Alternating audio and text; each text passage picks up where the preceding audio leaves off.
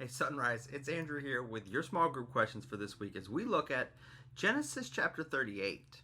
So again, a very difficult chapter, very interesting chapter in the scriptures.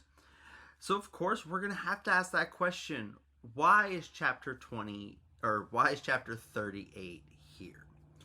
What is the main point of chapter 38? What is it that we are meant to glean from this text?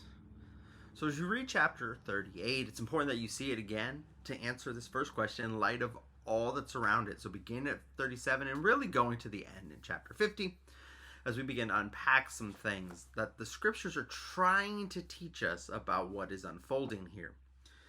So from this, what are some of the parallels that you see in the other parts of scripture? So how does the context around 38 help us understand 38 better?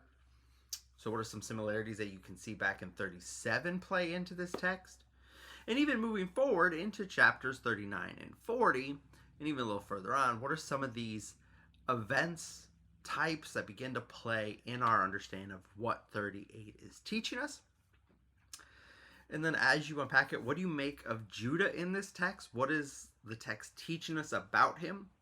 How does he change over the course of the text from the beginning to the end? So from his marrying the Canaanite woman to the Tamar incident, how is he being portrayed, and how do we see his transformation through it? What do you make of Tamar in the text? How is she portrayed? Ultimately getting to that question that she is more righteous than him. How is that, and what are we seeing? How are we seeing that played out in our text?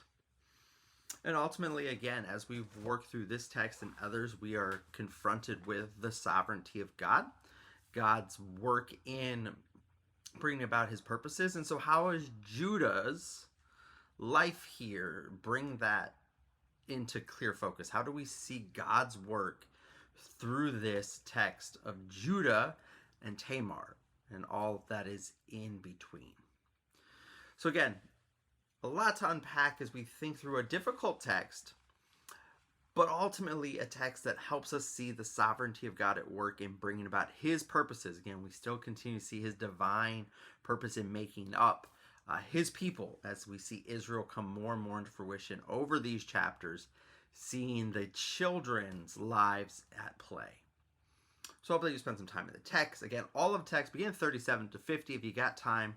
Read the whole thing over the next few weeks as we work through this narrative, the generations of Jacob, help really understand what God's doing here, bringing Israel into Egypt. Hope you'll spend some time in the Word. Can't wait to hear the Word proclaimed on Sunday with you guys. And then again, as our small groups, as we unpack these things. Hope you have a great week. See you soon.